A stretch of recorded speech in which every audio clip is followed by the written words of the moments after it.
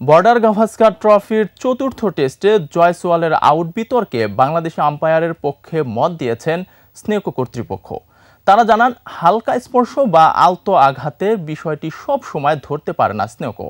আম্পায়াররা out দেয়া বা না দেওয়ার সিদ্ধান্ত নেবেন খোলা চোখে বলের দিকে পরিবর্তন দেখে। টিভি আম্পায়ার শরফুদ্দৌলা ইবনে শহীদ সেটাই করেছিলেন। আকাশুজ্জামানের রিপোর্ট।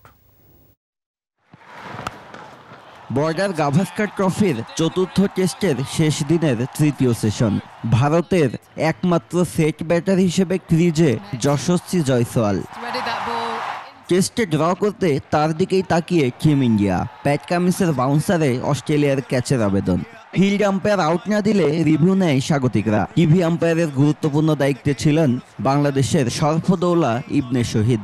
স্নিকোতে কোনো আওয়াজ না আসলেও জয়সওয়ালকে আউট দেন সৈকত।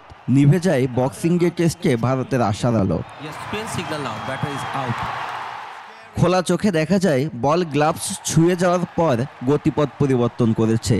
তবে স্নিকো প্রযুক্তি বলছে কোনো শব্দ তরঙ্গ মেলেনি। জয়সওয়ালের আউট নিয়ে বিতর্কের মূল কারণ এটিই।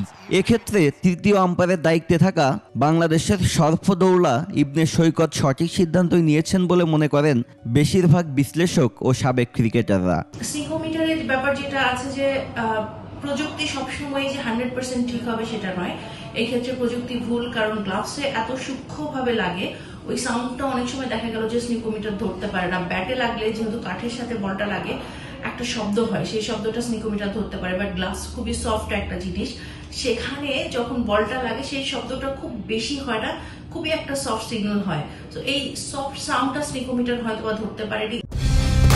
কালার এক্সপার্ট, জর্জ স্যাপ এবং মাইল্ড অন হ্যান্ডস টেকনোলজি সমৃদ্ধ অরিক্স ক্রিস্টাল ওয়াশ আপনার লন্ড্রি এক্সপার্ট। ভিন্ন মত পোষণ করেছেন সুনীল গাভাস্কার ও ভারতীয় ক্রিকেট বোর্ড। তাদের প্রশ্ন, প্রযুক্তি ব্যবহার হয় সিদ্ধান্ত নিখুঁত করার জন্য, তাহলে সেই প্রযুক্তির প্রমাণ কেন জয়সওয়ালের আউটের ক্ষেত্রে গ্রহণযোগ্য হলো না? বিষয়টি নিয়ে কথা বলেছেন স্নিকো প্রযুক্তির প্রতিষ্ঠাতা ওয়ারেন বেনান। স্নিকো মূলত শব্দ কেন্দ্রিক ফল দেয়। বল যতটা জোরে বা তীব্রতার সঙ্গে ব্যাট বা প্যাডে স্পর্শ করে তরঙ্গ চিহ্ন ততটাই স্পর্শ ফুটে ওঠে। হালকা স্পর্শ বা আলতো আঘাতের বিষয়টি সবসময় ধরতে পারে না স্নিকো। জয়সওয়ালের এই আউটটাও তেমনই একটি। অস্ট্রেলিয়ার এই আবেদন স্নিকো সমাধান না দিলেও খালি চোখে দেখা যায় বল গ্লাভসে লেগে দিকও পরিবর্তন করেছে। তাই আউটের সিদ্ধান্ত নিতে দ্বিতীয়বার ভাবেননি আইসিসির এলিট প্যানেলে বাংলাদেশের একমাত্র আম্পায়ার শরফুদ্দৌলা ইবনে শহীদ।